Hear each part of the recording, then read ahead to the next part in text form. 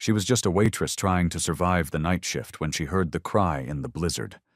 She saved the baby, not knowing whose child it was.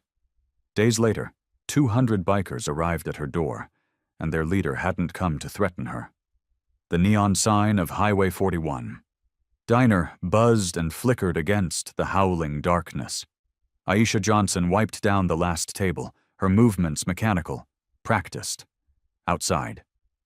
The Wyoming blizzard had turned the highway into a white tomb.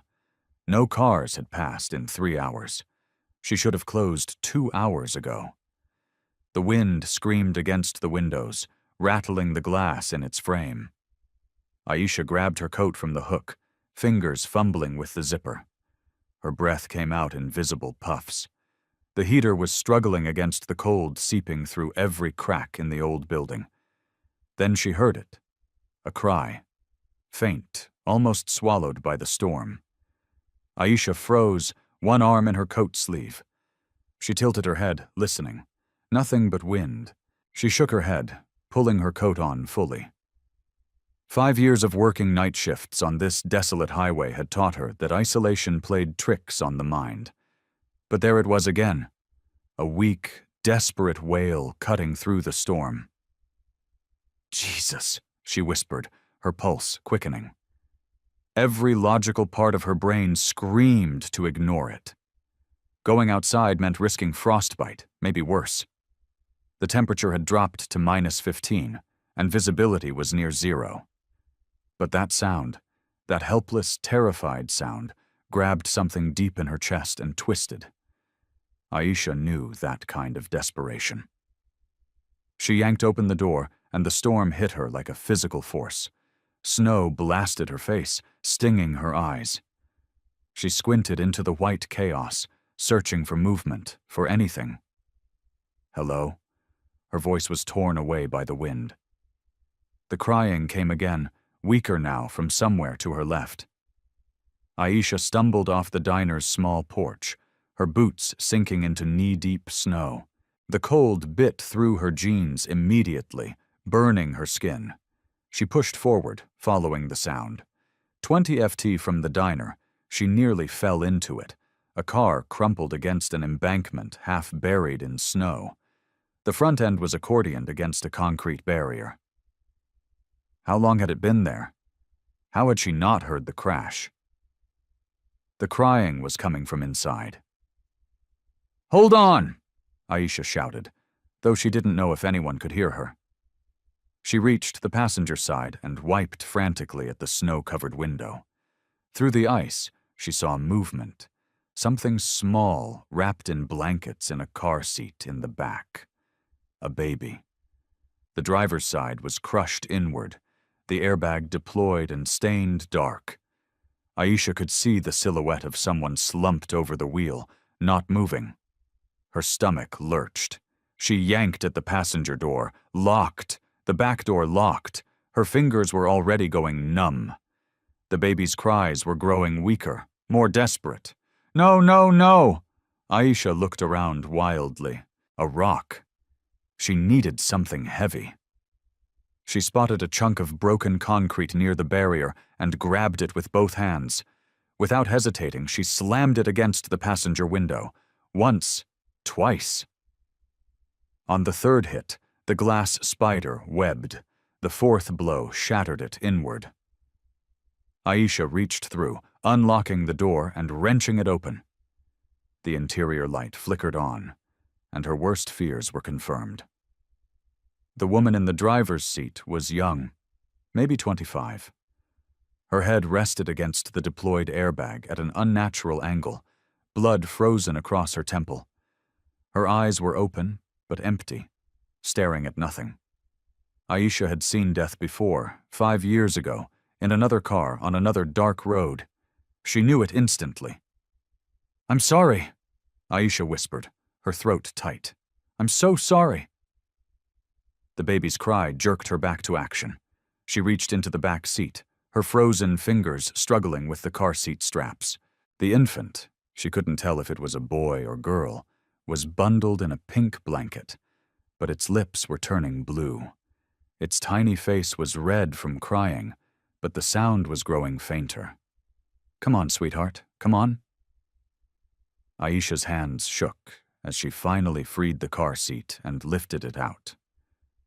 The wind nearly knocked her over as she turned toward the diner. The light seemed impossibly far away, swallowed by sheets of blinding snow. Aisha tucked the car seat against her chest, hunching over it to shield the baby from the worst of the storm. Her legs screamed as she pushed through the drifts, each step in agony of cold and effort. She didn't know how long it took to reach the door. 30 seconds? Or 30 minutes? Time had stopped meaning anything. But then she was inside, slamming the door behind her, the sudden warmth of the diner burning her frozen skin. The baby had stopped crying. "No, no, wake up! Please, wake up!" Aisha set the car seat on the nearest table and unwrapped the blankets with clumsy, shaking hands. The infant was a girl, maybe 6 months old, her skin pale and cold to the touch. Aisha pressed her ear to the tiny chest. A heartbeat, faint, but there. She had to warm her up fast. Aisha's mind raced. The first aid training she'd gotten for this job seemed useless now.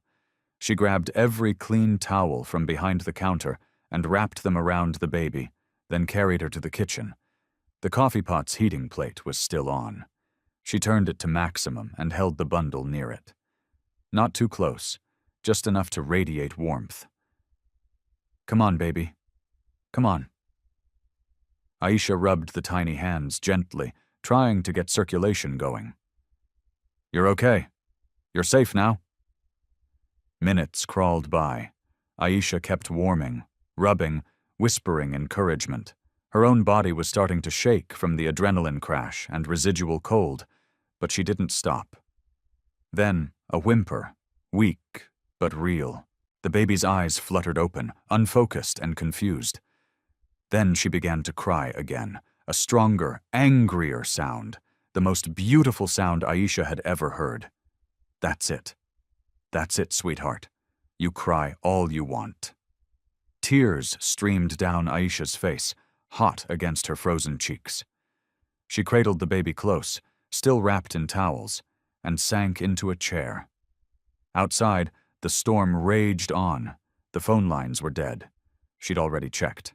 Her cell had no signal. The highway was impassable. They were alone until morning at the earliest. Aisha looked down at the baby, now sucking on her tiny fist, her color slowly returning. In those dark eyes, she saw something she hadn't allowed herself to feel in 5 years. A second chance. She thought about the woman in the car, a mother who'd driven into a storm and never made it out. About another car, another storm 5 years ago, when Aisha had been behind the wheel, when her sister had been in the passenger seat, when everything had shattered. "I've got you now," Aisha whispered to the baby. "I promise, I've got you." She didn't know that this promise would bring 200 motorcycles to her door. She didn't know that this one act of mercy would drag her into a world of violence, loyalty, and redemption. She didn't know that the baby she held belonged to one of the most dangerous men in Wyoming. All she knew was that for the first time in 5 years, she'd saved a life instead of taking one. And maybe, just maybe, that counted for something. Dawn broke gray and cold over Highway 41. The storm had finally exhausted itself, leaving behind a landscape of white silence. Aisha hadn't slept. She'd spent the night feeding the baby sugar water from a clean eyedropper, keeping her warm, singing songs she half remembered from her own childhood. The baby, she'd been calling her sweetheart all night, had finally fallen into a peaceful sleep in a makeshift bed of towels inside an empty storage crate. Aisha was mixing another batch of sugar water when she heard the engines. 2 sheriff's vehicles and an ambulance carved through the snowdrifts, their lights flashing red and blue against the white. Aisha's chest tightened. She'd known they'd come eventually, but now that they were here, she felt a strange reluctance to let the baby go. Sheriff Tom Riley was first through the door, his weathered face creased with concern. "Aisha, we got a distress signal from a car's emergency system around midnight. Took us till now to reach this stretch." His eyes found the baby in the crate. "Jesus Christ, is that?" "She's okay," Aisha said quickly. "Cold when I found her, but she's okay now." Two paramedics rushed past her to the baby. Aisha stepped back, wrapping her arms around herself as they began their examination. She felt hollow, suddenly watching them work. "There was a woman," she said quietly, "in the car. She didn't make it." Sheriff Riley's face darkened. He radioed something to his deputy, then turned back to Aisha.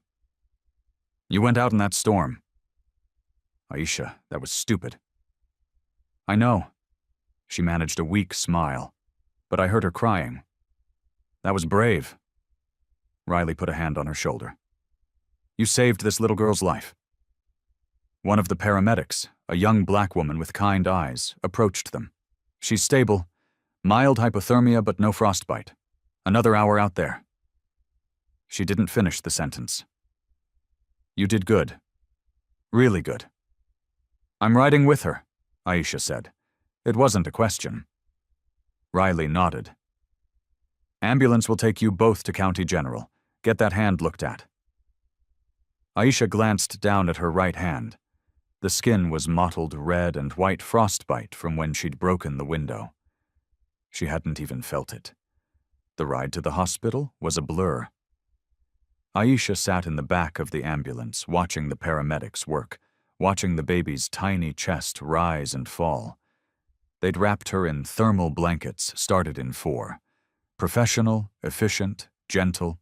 At the hospital, they tried to separate them. Aisha refused to leave until she knew the baby was truly safe. A nurse finally brought her to a treatment room, where a doctor examined her hand, tisking about nerve damage and applying ointment that burned like fire. "You'll keep full function," the doctor said, "but you're lucky. Another 10 minutes of exposure." "I know," Aisha interrupted. She'd heard enough about what could have happened. Sheriff Riley found her in the waiting area an hour later. His expression had changed harder now, guarded. He sat down heavily beside her. "The woman in the car was Rebecca Harlan," he said, his voice low. "Does that name mean anything to you?"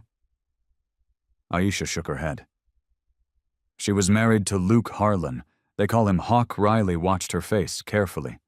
"Leader of the Black Storm Riders. You heard of them? Something cold settled in Aisha's stomach? The motorcycle club? The one under federal investigation for trafficking, racketeering, and about a dozen other charges?" "Yeah." Riley rubbed his face. "Hawk just got out of prison 3 weeks ago. Manslaughter charge. Did 18 months. Aisha looked toward the pediatric ward where they'd taken the baby. "That's his daughter, Rosie. That's her name. Rosie Harlan." Riley leaned forward, his voice dropping even lower. "FBI's been watching Rebecca for months. They think she was running. From what or who, they won't say. But a woman doesn't drive into a blizzard at midnight for no reason." "She was trying to protect her baby," Aisha said softly, understanding blooming in her chest. A mother's last desperate act. Maybe Riley stood up. "Look, the press is going to be all over this by tomorrow. Waitress saves infant in blizzard. It's a good story, but there are parts they don't need to know. Parts that might. Parts about my record." Aisha finished. 5 years hadn't erased the DUI conviction, hadn't brought her sister back. Riley's silence was confirmation enough. "The baby's safe," Aisha said, standing. "That's what matters." But as she walked toward the exit, her legs unsteady with exhaustion, she couldn't shake the image of Rebecca Harlan's frozen face, a mother who died protecting her child. Aisha had taken a life 5 years ago, her own sister's through recklessness and stupidity. Now she'd saved one. The universe was offering her something. She wasn't sure if it was redemption or a reckoning. Outside, fresh snow had begun to fall. Aisha pulled her coat tight and headed for the parking lot where her old truck waited. She didn't notice the black motorcycle parked 3 spaces down or the man in leather watching her from behind tinted sunglasses. She didn't know that Hawk Harlan had already heard about the waitress who'd saved his daughter or that he was coming for her. The story hit the local news by evening.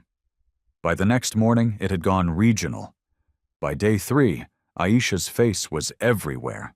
Local hero waitress risks life to save infant in blizzard. Aisha stared at the newspaper lying on the diner counter. Her own photo staring back, taken from her employee file, years old. She looked younger in it, less tired. The bell above the door hadn't stopped chiming. People she'd served coffee to for 5 years were suddenly treating her like something fragile and precious. Strangers drove out from town just to shake her hand. A woman from the Baptist church had brought a casserole. Someone left flowers on the diner steps. Aisha hated every second of it. "You're famous," said Carla, the morning shift cook, grinning as she flipped pancakes. "My daughter saw you on Facebook. 15,000 shares. "Great," Aisha muttered, refilling the coffee pot. But fame was a double-edged blade, and the second edge cut deeper.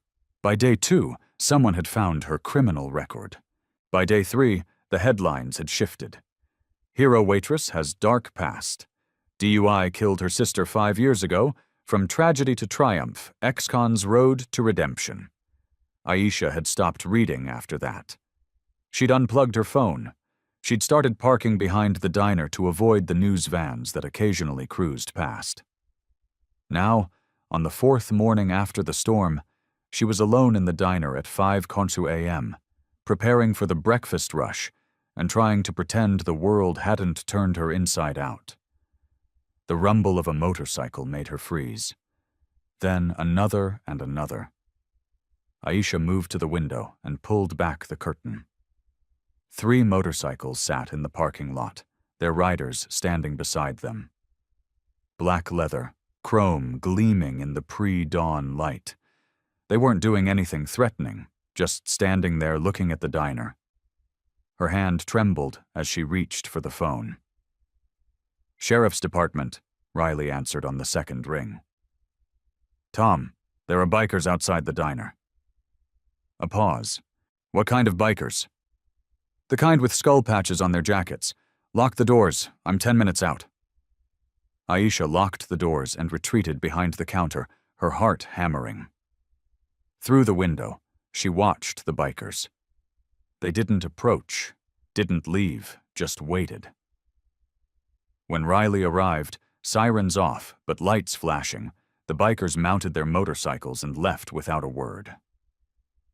"Black Storm Riders," Riley confirmed, standing in the diner with his hand on his holster. Bottom Rockers said, "Wyoming chapter." "What do they want?" Aisha asked, though she already knew. Riley looked at her for a long moment. "Hawk Harlan got out of prison. Word is he's been looking into what happened to Rebecca." "And who saved his daughter?" "I just did what anyone would." Aisha Riley cut her off gently. "These aren't anyone. The Black Storm Riders don't forget debts. Good or bad." That night, Aisha returned to her trailer on the edge of town. It was a rusted single-wide she rented for $400 a month, all she could afford on diner wages. She'd lived there since her release, keeping her head down, staying invisible. So much for invisible. She was unlocking her door when she noticed it. A single white lily lying on her doorstep. No note, no card, just the flower, perfect and pristine against the dirty snow. Aisha picked it up with shaking hands and looked around. The trailer park was quiet, just the wind rattling through chain-link fences and the distant sound of the highway. Someone had been here. Someone knew where she lived. Inside, she locked every lock and pulled the curtains. She put the lily in a glass of water because throwing it away felt wrong somehow. then sat on her threadbare couch in the dark. Her phone, still plugged in, buzzed. A text from an unknown number. "Thank you for saving my daughter. I'm coming to pay my respects. H." Aisha stared at the message until her eyes blurred. She should call Riley. She should leave town. She should do anything except sit here waiting for a biker gang leader to show up on her doorstep. But she thought about Rebecca Harlan's frozen face, about Rosie's tiny fingers clutching her thumb in the ambulance, about the lily on her doorstep, a gesture that felt more like reverence than threat. She texted back with trembling fingers, when the response came immediately soon. "Don't be afraid." Aisha laughed, a short, bitter sound in the darkness of her trailer. Don't be afraid. As if fear was a choice. As if she hadn't been afraid every day for 5 years, waiting for the universe to collect what she owed for her sister's death. Maybe this was it. Maybe Hawk Harlan wasn't coming to thank her. Maybe he was coming to even the scales. Outside in the distance, Aisha heard the low rumble of motorcycles. Not close, not yet, but coming. They came on the 6th day. Aisha was pouring coffee for a trucker when she heard it. A sound like distant thunder growing steadily louder. Conversations died mid-sentence. Forks clattered against plates. Everyone in the diner turned towards the windows. The rumble became a roar. They appeared on Highway 41 like a black river flowing down the highway in perfect formation. 2 by 2, stretching back farther than Aisha could see. Motorcycles. Dozens of them. No, hundreds. "Sweet Jesus," the trucker whispered. The lead bikes turned into the diner parking lot. Then the next pair, and the next. They kept coming, filling every available space, spilling onto the shoulder of the highway. The sound was deafening even through the windows, a symphony of engines that shook the building's foundation. People were already fleeing. The trucker threw money on the counter and hurried out the back. A family with 2 kids scrambled for their minivan. Within 60 seconds, Aisha was alone in the diner. Just her and 200 bikers outside. She should run. She should call Riley. She should do anything except stand frozen behind the counter, watching through the window as the engines cut off one by one, leaving a silence that felt even more terrifying than the noise. The bikers dismounted. Black leather and denim, patches and chains. Men and women, young and old, all of them wearing the same insignia. A crowned skull with spread wings, black storm riders. They formed lines on either side of the parking lot, creating a corridor from the highway to the diner entrance. Then he arrived. The motorcycle was bigger than the others, a custom beast of chrome and black metal. The man who rode it was tall and lean, his dark hair pulled back, his face hidden behind sunglasses despite the overcast sky.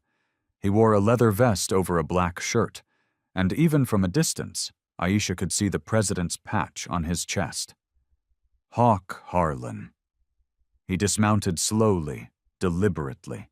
Another biker handed him something, a bouquet of white lilies, at least 2 dozen, wrapped in simple paper. Aisha's breath caught the same flowers that had appeared on her doorstep. Hawk walked toward the diner, his boots crunching on the snow-dusted pavement. The other bikers remained perfectly still, watching, not menacing, not celebrating, just waiting. Aisha's survival instinct finally kicked in. She moved to lock the door, but her hands wouldn't cooperate. Before she could reach it, Hawk was there pulling it open. Aisha Johnson. His voice was deep, rough around the edges. She nodded, not trusting herself to speak. He stepped inside and removed his sunglasses. His eyes were gray, lined with exhaustion and something else, profound sadness. He looked at her for a long moment, and Aisha saw her own pain reflected back at her. "I'm Luke Harlan," he said quietly. "People call me Hawk. I know who you are. Then you know why I'm here." He held out the lilies. These were my wife's favorite. Rebecca! She... His voice cracked slightly. He cleared his throat. She loved white lilies. Aisha took the flowers with trembling hands. They were real, fresh, probably cost a fortune this time of year. I'm sorry about your wife, she said. I tried to. I saw her, but she was already. I know. Hawk's jaw tightened. You saved my daughter. That's what matters. You went into a storm that killed my wife, and you brought Rosie out alive. There aren't words for that kind of debt. I didn't do it, for I know that too. He gestured toward the window, toward the silent army of bikers outside. We came to pay our respects, to say thank you properly. Aisha watched as the bikers began moving. Each one reached into their jacket or vest and pulled out a single white lily. They approached the diner in silence, placing their flowers on the steps, on the windowsills, along the railing of the small porch. One by one, 200 flowers appeared, transforming the shabby diner into something almost beautiful. My brothers and sisters wanted to show you what it means when someone saves one of ours, Hawk said. You gave me back my daughter. You gave her a future. That makes you family. I'm not. Aisha's voice broke. I'm not a good person. You should know that. 5 years ago. I know about your sister, Hawk interrupted gently. I know about the accident. I know you went to prison. I know everything, Aisha. She looked up at him, tears burning her eyes. Then, you know, I don't deserve. Hawk's laugh was bitter. I just did 18 months for killing a man in a bar fight. Half my club has records longer than their arms. We don't talk about deserving. We talk about what you do when it matters. And when it mattered, you saved my baby girl. He pulled something from his pocket, a photograph. He handed it to Aisha. It showed Rosie in a hospital bed, awake and alert, clutching a stuffed bear. Someone had written on the back, "Thank you for my tomorrow." Aisha pressed her hand to her mouth, trying to hold back a sob. Keep it, Hawk said. Remember that you did something that can't be undone. Something good. Outside, the bikers were mounting their motorcycles again. The visit was ending as quickly as it had begun. But as Hawk turned to leave, Aisha grabbed his arm. Wait, your wife? She was running, wasn't she? From someone. Hawk's expression darkened. Yeah, she was. Is Rosie safe now? He met her eyes, and Aisha saw the truth there before he spoke. Not yet. The FBI arrived 2 hours after the bikers left. Agent Sarah Chen was small, sharp-eyed, and clearly annoyed. Her partner, Agent Morrison, was tall and silent, taking notes while Chen paced the diner. 200 members of a known criminal organization show up at your workplace, and you didn't think to call the police. Chen's voice was ice. Aisha wiped down the counter for the 3rd time. They brought flowers. It wasn't exactly a raid. Luke Harlan is under federal investigation. His wife was a person of interest in a trafficking case, and now she's dead. Chen stopped pacing, fixing Aisha with a stare. You don't find that convenient? Convenient? Aisha's temper flared. A woman died. A baby almost froze to death. Where's the convenience in that? Morrison spoke for the first time. We believe Rebecca Harlan was trying to turn state's witness. She had information about routes, contacts, distribution networks. 3 days before she died, she contacted our office. The words landed like stones in Aisha's stomach. You think someone killed her? Made it look like an accident. We think the storm was real, but opportunity makes for strange coincidences, Chen said. And now Hawk Harlan is making a very public show of gratitude. Maybe that's all it is. Or maybe he's using you to send a message to whoever killed his wife. What message? That he knows? That he's watching? That he's coming for them? Chen leaned against the counter. Has he contacted you since this morning? Aisha thought about the photograph in her pocket. Rosie's face smiling up at her. No. Chen didn't look convinced, but she handed Aisha a card. When he does, not if. When. You call me. These people are dangerous, Miss Johnson, even the grateful ones. After they left, Aisha locked up early. The diner smelled like lilies, overwhelming and sweet. She'd had to throw most of them away. There were too many, and they were already wilting in the heat. She was walking to her truck when a motorcycle pulled up beside her. Not Hawk, a woman older with silver streaking her dark hair and sharp lines around her eyes. Her jacket marked her as Black Storm Riders, but her patch said, Road Captain. Name's Val, the woman said, cutting the engine. Hawk sent me. Aisha's hand tightened on her keys. Why? To talk somewhere private. Val glanced around the empty parking lot. Your place or mine? 20 minutes later, they sat in Aisha's trailer. Val accepted the offered coffee, but didn't drink it. Just held the mug like she needed something to do with her hands. Rebecca called me the night she died, Val said without preamble. She was scared. Said someone had found out she'd talked to the FBI. Said she was taking Rosie and running. Who found out? That's the question, isn't it? Val's expression was grim. Could be the people she was going to testify against. Could be someone in our club who didn't want that heat. Could be the FBI themselves. They're not above cleaning up loose ends. Aisha felt cold. What does this have to do with me? Hawk's been tracking Rebecca's last movements. The crash site, the angle of impact, the road conditions. None of it makes sense for an accident. Someone ran her off the road. Then he should go to the police. Val laughed, bitter and sharp. The same police who've been trying to put him away for 10 years. The same ones who'd love any excuse to violate his parole. She set down the coffee. No, Hawk settles his own debts. That's insane. He'll go back to prison. Maybe if he gets caught, Val leaned forward. But here's the thing. Rosie's still in danger. Whoever killed Rebecca did it to stop her from talking. As long as that threat exists, that baby isn't safe. Child Services has her now, but they're processing foster placement. Hawk's got a record. His parole terms won't let him take custody yet. Aisha's chest tightened. Where is she? County facility, 40 minutes from here. Social worker named Mrs. Patterson has the case. Val pulled out a folded paper and set it on the table. Hawk wants to know if you'd consider being Rosie's emergency foster placement. Temporary. Just until he can get his custody rights. You're joking. I'm not. You saved her life. You have no record of violence. You're employed, housed, and the only person Rosie's been comfortable with since Rebecca died. Val's eyes were steady. The social worker would approve it if you applied. Aisha stared at the paper. An application for emergency foster care. Her mind reeled. This is crazy. I work 60-hour weeks. I live in a trailer. I'm barely keeping myself together. You kept Rosie alive through a blizzard.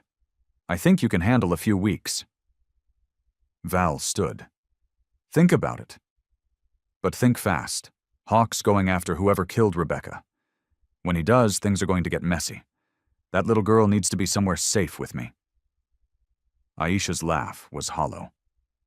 I'm the woman who killed her own sister. Val paused at the door. And now you're the woman who saved someone else's daughter. Maybe it's time you decided which one defines you. After Val left, Aisha sat in the silence of her trailer, staring at the application. Outside, night was falling, and with it came fresh snow, small flakes drifting past her window like ghosts. Her phone buzzed. Unknown number. Please, she knows your voice. She stops crying when she hears it. Aisha closed her eyes. In her mind, she saw Rosie's tiny hand clutching her finger, felt the weight of that trust, that innocence. She picked up her phone and dialed the number on the social worker's card. Rosie moved into Aisha's trailer.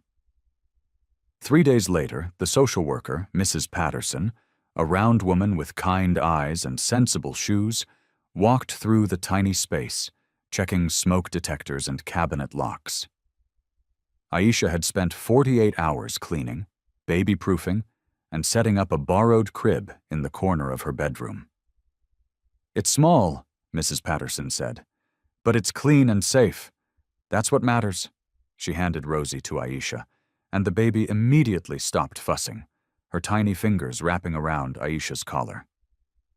"See? She knows you."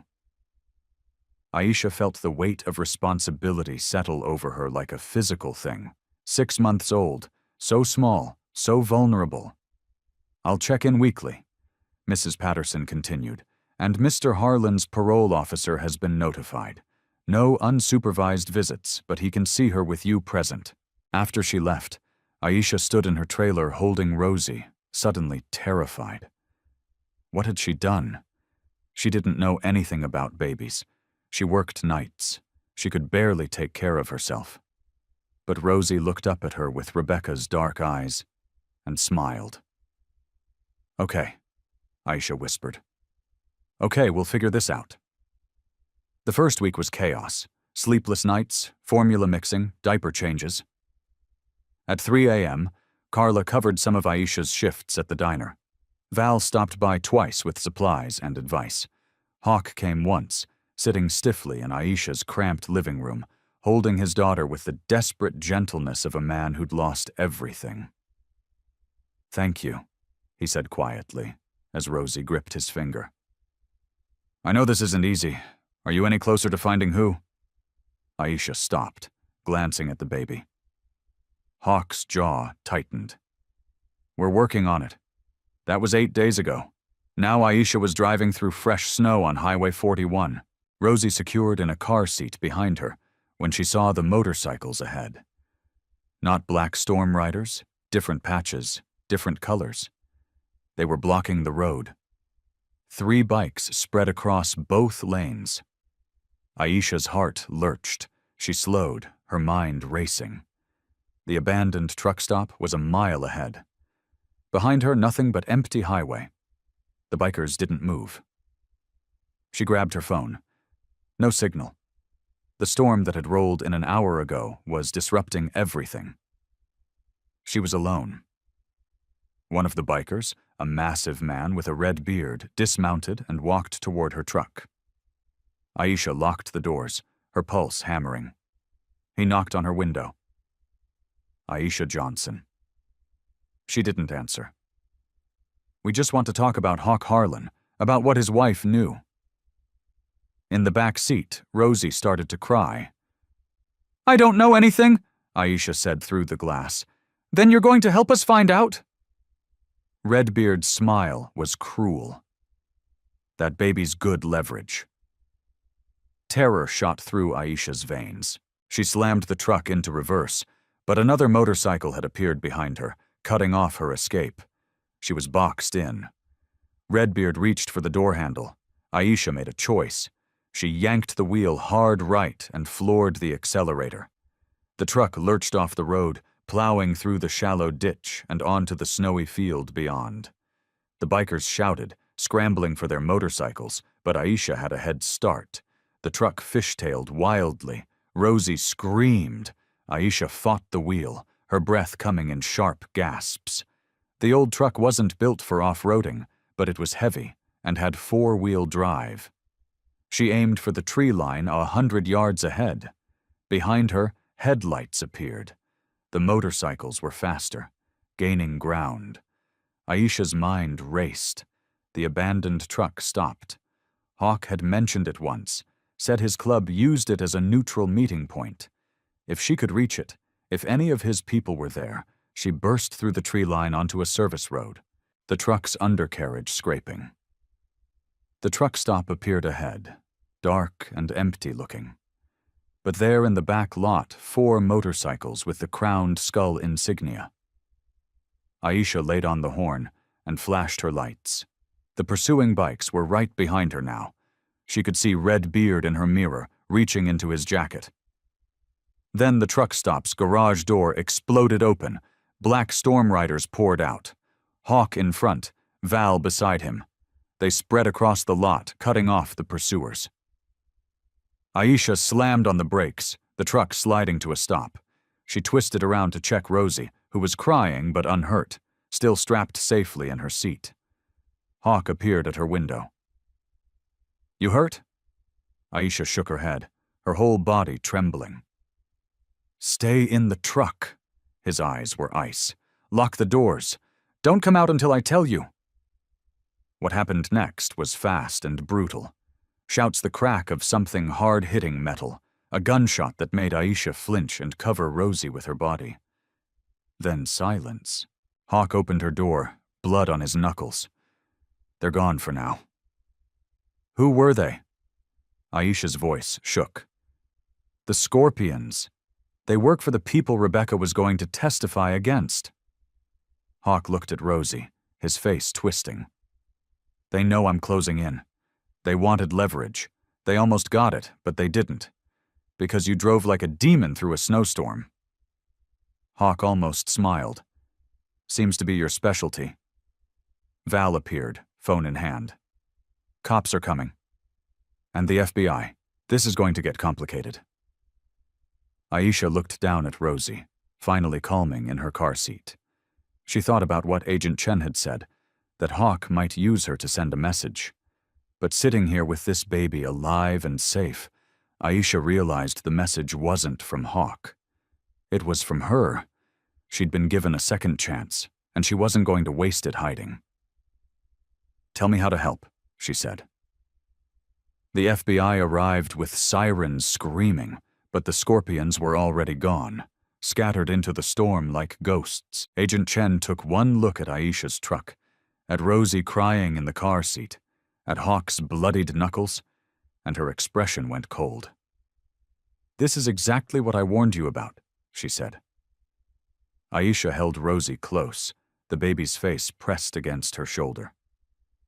"They came for her." "What was I supposed to do? Call the police? Not drive to a biker gang for protection?" Chen turned to Hawk. "You're on parole, Mr. Harlan. Being present at a violent altercation violates your terms. Saving a baby from kidnappers violates my terms." Hawk's voice was dangerously quiet. Morrison stepped between them. "We've got 3 Scorpions in custody. They're talking, Harlan. Saying, you've been running your own investigation, interfering with a federal case. My wife is dead. Someone murdered her." Hawk's composure cracked. "You think I'm going to sit back and wait for you to do nothing? We're building a case. Too slow." Val appeared from the garage, her phone in hand. "We've got names, locations. The Scorpions run distribution for the Vulov syndicate. Russians out of Billings. Rebecca had evidence, texts, photos, shipping manifests. She was their bookkeeper before she met Hawk. She knew everything." Chen's expression sharpened. "Where's this evidence?" "That's what everyone wants to know," Hawk said. "Rebecca hid it before she ran somewhere she thought was safe." Aisha's mind raced, pieces clicking together. "The car. Did anyone search the car thoroughly?" Everyone turned to look at her. "After I got Rosie out, I didn't look at anything else. I was focused on keeping her alive." Aisha's heart pounded. "But what if Rebecca hid something in the car? Something the police missed?" Chen and Morrison exchanged glances. "The vehicle's in the impound lot." Morrison said, "We went through it, but we were looking for accident evidence, not—" "Then look again," Aisha interrupted. She was running for her life. She wouldn't have left that evidence behind. She would have kept it close. 2 hours later, they stood in the impound lot under harsh fluorescent lights. The wrecked car looked even worse in the brightness. The driver's side completely destroyed, the interior still stained with Rebecca's blood. Aisha hung back, holding Rosie, not wanting to get closer to that tomb. Val and 2 other Black Storm members worked alongside the FBI, pulling apart seats, checking panels, examining every inch. Hawk stood rigid, watching his face a mask. "Nothing," Morrison finally said, frustrated. "There's nothing here." "The car seat," Aisha's voice was quiet, but it cut through the noise. Everyone turned. When I pulled Rosie out, the car seat was buckled in tight. Really tight. Like it had been secured by someone who wanted to make absolutely sure it wouldn't move. Aisha looked at Rosie in her arms. What if that's where Rebecca hid it? They'd brought the car seat to the trailer as part of Rosie's things. It was sitting in Aisha's bedroom right now. The convoy that formed back to Aisha's trailer was surreal. FBI vehicles, police cars, and 4 black Storm motorcycles all racing through the snow. When they burst through her door, Aisha felt violated and grateful all at once. Val practically tore the car seat apart. Behind the padding, secured with duct tape, was a waterproof pouch. Inside, a thumb drive and a burner phone. Chen's hands shook slightly as she examined them. "This is it. This is what we need. What's on it?"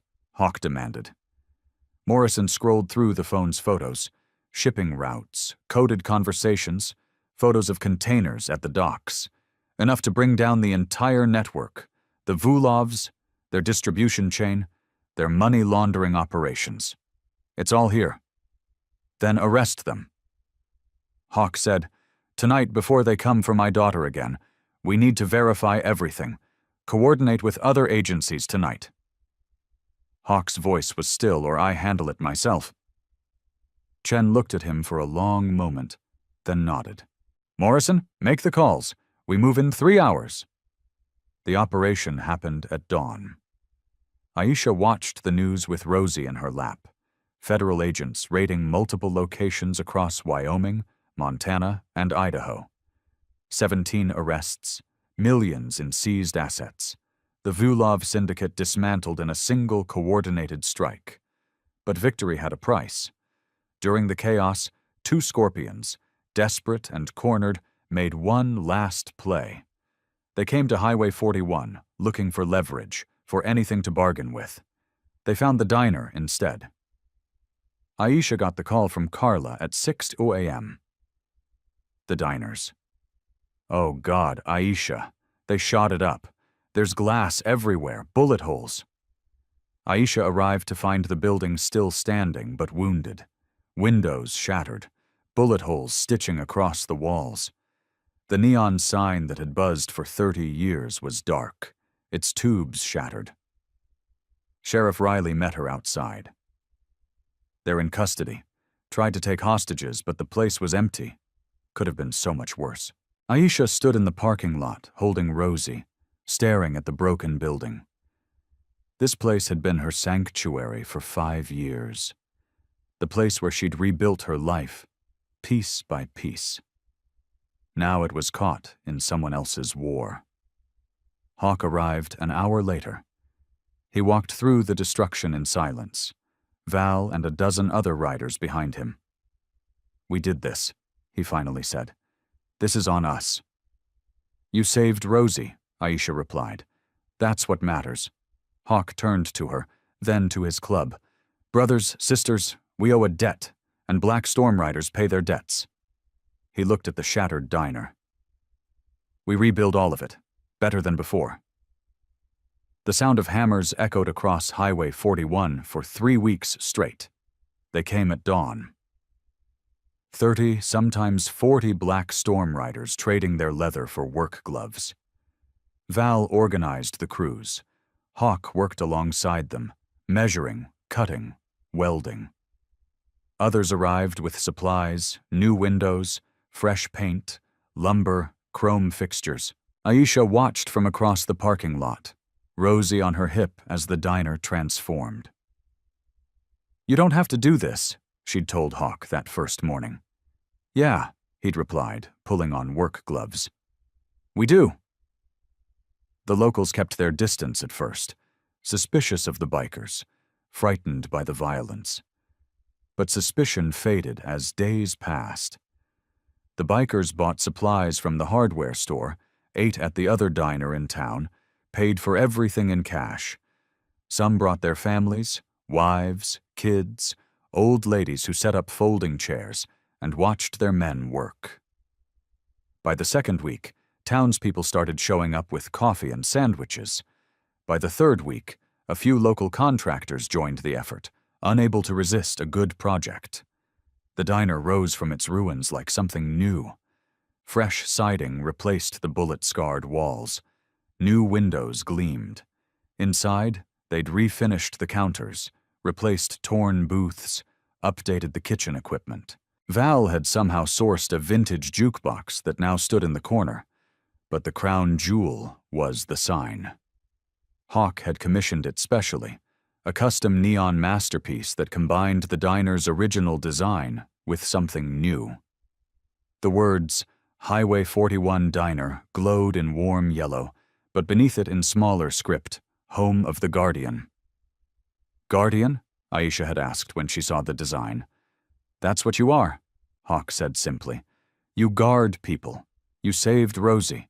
You drove through hell to keep her safe. That means something. On the morning of the reopening, Aisha stood in the parking lot wearing a clean apron, Rosie in a carrier on her chest. The baby was 8 months old now, stronger, smiling more. The custody hearing was scheduled for next week. Hawk's parole officer had recommended he regain full custody, and Aisha would transition back to being just the woman who'd saved her. Just as if there was anything just about it. You ready? Carla asked, grinning. She'd stayed through everything, refusing to abandon her post. No, Aisha admitted, but let's do it anyway. The grand reopening drew a crowd, locals, truckers, reporters, and of course, the black storm riders. 200 motorcycles lined Highway 41, just like they had that first morning. But this time there was no fear. Kids ran between the bikes while their parents took photos. Val organized a raffle proceeds going to the local children's hospital. Hawk arrived last alone this time, carrying a small frame. He found Aisha inside, arranging the counter. Got something for you, he said. The frame held a photo, one Aisha hadn't known existed. It showed her in the hospital, exhausted and frostbitten, her ruined hand wrapped in bandages. But she was smiling down at Rosie, who was clutching her finger with tiny, perfect determination. The paramedic took it, Hawk explained. She sent it to me after the news broke. Thought you should have it. Aisha's throat tightened. In the photo, she didn't look like an ex-con or a woman haunted by guilt. She looked like exactly what Hawk had called her, a guardian. Hang it above the register, Hawk said. Reminds people what this place is about. The photo went up, and beside it, Hawk placed a shadow box containing a single white lily. Preserved, eternal. For Rebecca? Aisha asked softly. For all of us who needed a second chance, Hawk looked around the rebuilt diner. She made mistakes. I made mistakes. You made mistakes. But in the end, what matters is what we do when someone needs us. The day blurred into a celebration. Coffee flowed freely. Carla's pancakes disappeared as fast as she could make them. The jukebox played old country songs. Children laughed. Bikers traded stories with truckers. Agent Chen even stopped by off-duty and managed a smile when Aisha served her pie. As sunset painted the sky orange and pink, the crowd thinned. Aisha stood outside, Rosie drowsy against her chest, watching the last customers leave. The new neon sign flickered to life, casting warm light across the snow. Hawk emerged, pulling on his leather jacket. Next Monday, the hearing. I know. She'll always know what you did for her. I'll make sure of that. Aisha looked down at Rosie, whose eyes were closing. I'll visit if that's okay. More than okay. You're family now. That doesn't change. Hawk mounted his motorcycle, then paused. Thank you, Aisha, for everything. Thank you, she replied, for reminding me I could be more than my worst day. She watched him ride away, his tail light disappearing down Highway 41. Other bikes followed Val, the crew, the club. The rumble faded into the distance until only silence remained. Aisha carried Rosie inside, past the photo on the wall, past the preserved lily, past all the evidence of destruction and rebuilding. She locked the door and turned off most of the lights, leaving only the sign glowing outside. As she settled into a booth with Rosie sleeping in her arms, she realized something had shifted. The guilt that had lived in her chest for 5 years, the crushing weight of her sister's death, was still there. It would always be there, but now it had company, hope, purpose, and the knowledge that redemption wasn't a destination. It was a choice you made every day. Outside, a late-night trucker pulled into the lot, drawn by the warm glow of the sign. He'd heard about this place, about the guardian who'd saved a baby in a snowstorm, about the bikers who'd rebuilt a diner, about second chances that started on a dark highway. He pushed open the door, bell chiming. Aisha looked up and smiled. "Welcome to Highway 41 Diner," she said. "Coffee is fresh." And somewhere in the distance, like a promise or a prayer, came the faint rumble of motorcycles returning home.